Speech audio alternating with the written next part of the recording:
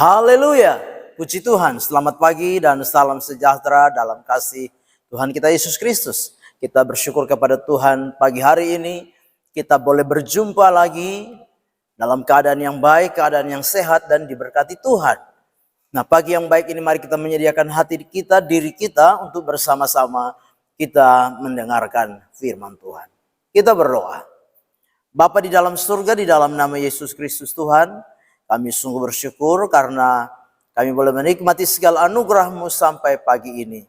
Pagi yang baik ini kami mau membaca dan merenungkan firman Tuhan. Berkati kami semua ya Bapa. Kami mengucap syukur dalam nama Tuhan kami Yesus Kristus kami berdoa. Haleluya. Amin. Puji Tuhan. Pagi hari ini satu tema firman Tuhan yang ingin saya sampaikan kepada kita sekalian, yaitu mengucap syukur di tengah penderitaan. Sekali lagi, tema firman Tuhan pagi hari ini yaitu mengucap syukur di tengah penderitaan. Kita perhatikan bersama-sama firman Tuhan di dalam 2 Tesalonika pasal yang pertama. 2 Tesalonika pasal yang pertama, ayat yang pertama dan ayat kedua. 2 Tesalonika 1, ayat 1 dan 2, demikian firman Tuhan. Dari Paulus, Silwanus dan Timotius kepada jemaat orang-orang Tesalonika di dalam Allah Bapa kita dan di dalam Tuhan Yesus Kristus. Kasih karunia dan damai sejahtera dari Allah Bapa kita dan dari Tuhan Yesus Kristus menyertai kamu. Bapak Ibu jemaat yang kekasih, ada doa yang Rasul Paulus sampaikan bersama-sama dengan Silwanus dan Timotius. Doa yang disampaikan kepada Allah, kepada Bapa, kepada Tuhan Yesus Kristus. Agar kasih karunia dan damai sejahtera dari Allah Bapa menyertai kehidupan orang-orang percaya yang ada di Tesalonika. Doa ini begitu luar biasa. Mengapa demikian? Karena keadaan, kondisi dan situasi orang-orang percaya yang ada di Tesalonika sedang ada di dalam satu keadaan mengalami penderitaan. Nah, Bapak Ibu jemaat yang kekasih, di dalam doa, di dalam ucapan syukur yang Rasul Paulus sampaikan kepada Allah, naikkan kepada Tuhan, ada beberapa hal yang menjadi perhatian kita pagi hari ini, yang Rasul Paulus ungkapkan lewat doanya kepada Allah, lewat doanya kepada Tuhan, tentang keadaan, tentang kondisi, tentang situasi kehidupan daripada anak-anak Tuhan yang ada di Tesalonika ketika mereka menghadapi penderitaan. Nah, beberapa hal ini kita akan lihat bersama-sama pagi hari ini, yaitu yang pertama, doa dan ucapan syukur dari Rasul Paulus. Yang pertama karena iman orang percaya yang ada di Tesalonika semakin bertambah. Di dalam ayat yang ketiga dikatakan demikian, bagian A, kami wajib selalu mengucap syukur kepada Allah karena kamu saudara-saudara, dan memang patutlah demikian karena imanmu makin bertambah. Bapak Ibu jemaat yang kekasih, kadangkala kita mengucap syukur karena keadaan-keadaan yang baik yang kita alami. Tetapi pagi ini kita belajar bahwa Rasul Paulus menaikkan doa bersama-sama Silwanus dan Timotius kepada Allah bagi orang-orang percaya yang ada di Tesalonika. Karena hal pertama yaitu iman mereka semakin bertambah. Di tengah penderitaan, di tengah aniaya yang mereka alami, iman mereka semakin bertambah. Artinya apa? Iman mereka tidak mati, iman mereka tidak statis, tapi iman mereka menjadi iman yang dinamis. Iman yang terus bertambah dan bertumbuh di dalam Tuhan.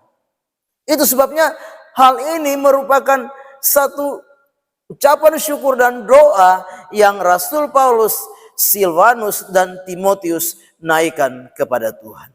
Bapak Ibu jemaat yang kekasih dalam Tuhan, sebagai orang-orang percaya, kadangkala penderitaan Tuhan izinkan di dalam setiap kehidupan kita untuk melihat sejauh mana iman kita kepadanya. Apakah iman kita menjadi iman yang mati?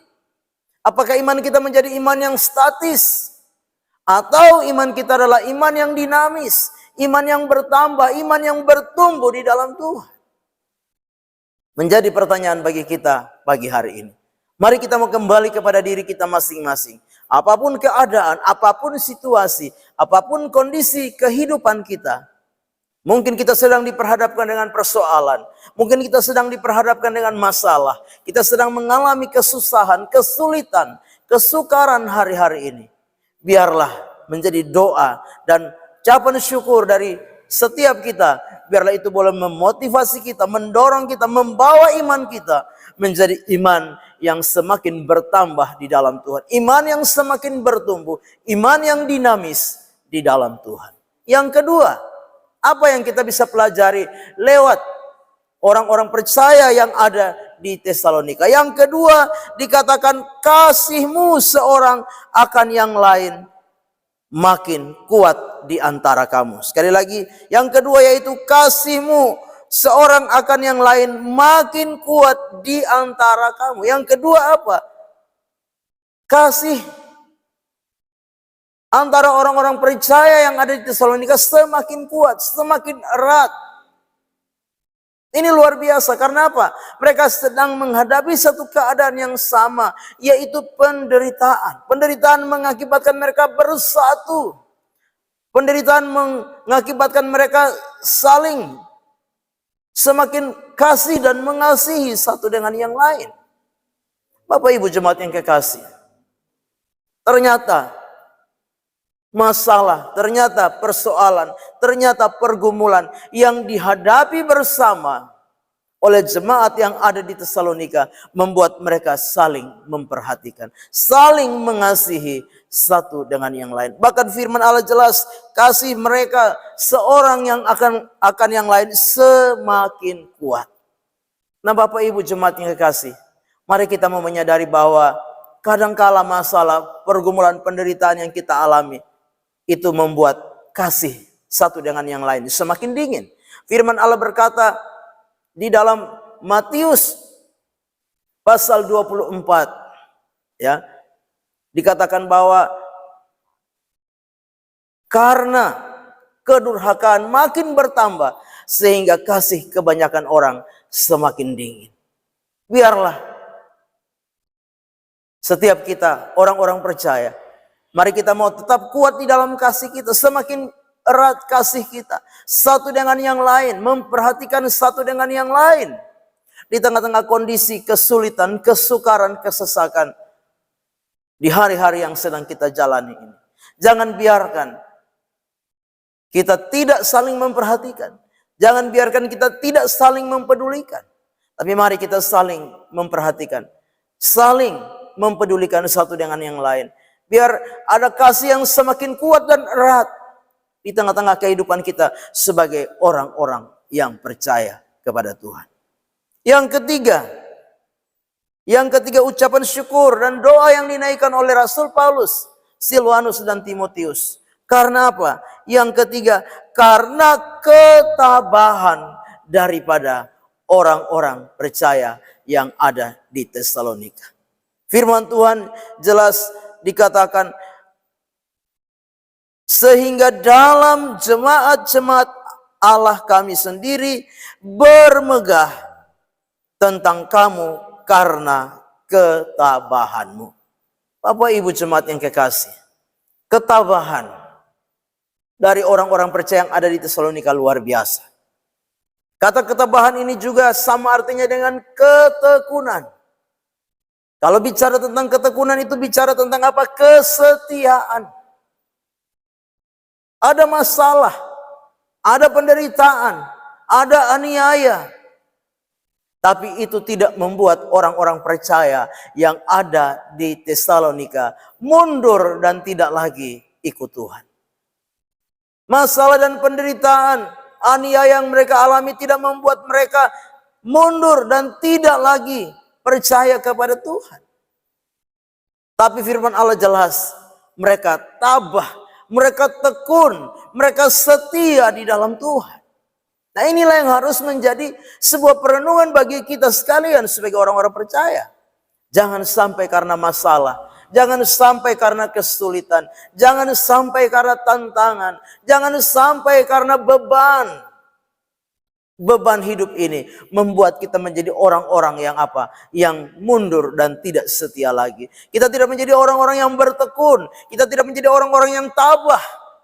Tapi lewat firman Tuhan pagi hari ini, apapun keadaan, apapun kondisi, apapun situasi, kesulitan, kesukaran, tantangan, kesesakan, bahkan mungkin penderitaan yang kita alami, biar itu membawa kita semakin dekat dengan Tuhan, semakin berpaut dengan Tuhan. Kita tabah, kita tekun, kita setia di dalam Tuhan.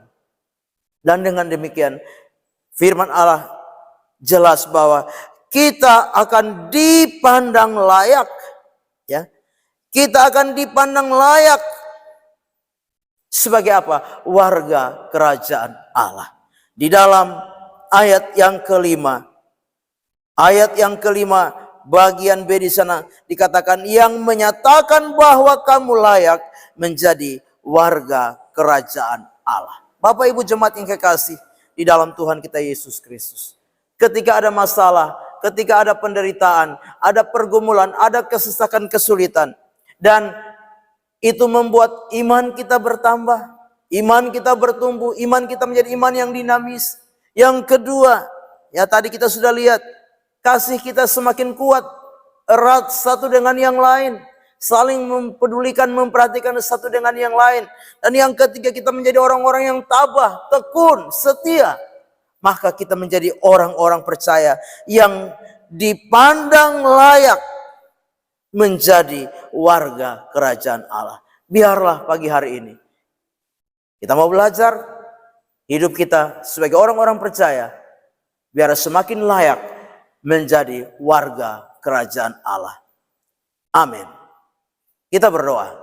Bapa di dalam surga, terima kasih untuk firman-Mu yang sudah kami dengar. Biarlah firman itu menjadi rema, menjadi berkat, menjadi kekuatan bagi kami. Kami serahkan hidup kami sepanjang hari ini dalam tangan Tuhan. Sertai dan berkati kami semua. Baik hidup pribadi kami, keluarga, rumah tangga, pekerjaan kami diberkati oleh Engkau. Bahkan pengiringan dan pelayanan kami diberkati Tuhan. Kami serahkan semua dalam tangan Tuhan. Melangkah bersama dengan Tuhan di hari baru ini, mengucap syukur. Dalam nama Tuhan kami Yesus Kristus kami berdoa. Haleluya. Amin. Selamat pagi. Tuhan Yesus memberkati.